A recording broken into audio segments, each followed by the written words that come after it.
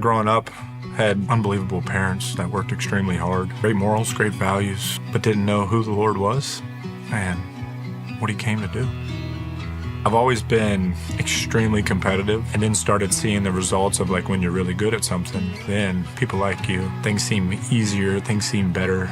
But played in high school, I played quarterback in high school. Things were great and I'm gonna get a scholarship and I didn't. I had a walk-on opportunity at 2 schools, and then the same drive and determination. My dad's like, when you go there, that guy across from you has your scholarship, go take it. People say that I had an opportunity to play in the NFL, so let's do that now. I'm gonna be good and get drafted, and that comes and goes, and I go undrafted.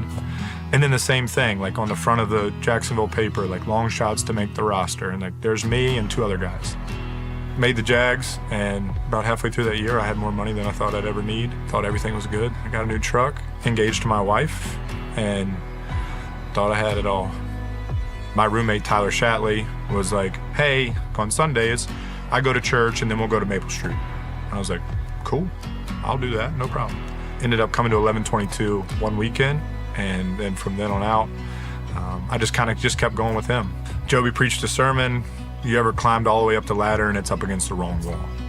I was at the top of the ladder in the NFL, had all the things, made the team, making money, all that checked off. And I was up the wrong wall. I'm starting to figure out this thing, and then I'm like, my identity's not in football, no way. And then I get cut in year 6, and I'm like, my identity is not in the Lord. Adversity comes, and I'm like, it reveals who I really am. A lot of guys get cut, like, we're kind of done with you, we'll move on. I had some guys in the locker room that were older. Even if they didn't know the Lord, man, they were encouraging. They came to me and were like, it's gonna be all right. Just keep doing the things you feel like you can control. Looking back now, as that happened, it gave me time to use that determination and just like, all right, like now I'm gonna try to be good and figure this thing out. And so I would just listen to things. I'd hear sermons that I felt like could help me play better at football. And then to finally see guys that were older than me walk it out what it looks like to be tough and fight and loving and kind, that really started to stick out to me.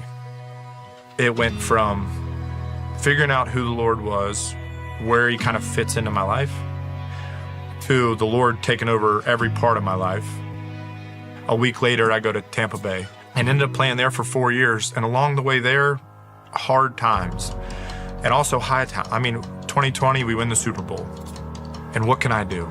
What makes me come alive? I looked back at the last 3 or 4 years of my NFL career, and it was the conversations in the locker room, the hard ones, the uncomfortable ones, the good ones, the success, and just being an encouragement, helping guys try to have some handles to grab onto as they go through the journey, because I was just one step ahead of them. And there's no better person for me to disciple than the person I used to be. You can fail by making all this money and playing really well and it not being about the Lord.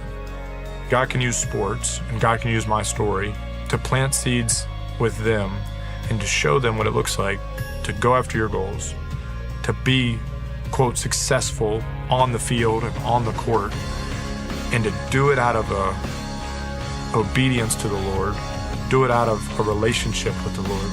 And success in that is kids coming to know the Lord through sports. My whole life was like this root of like work to prove people wrong, work for man. What will they think of me? And once I get there, then. And so whatever I do now, I just try to work heartily as for the Lord.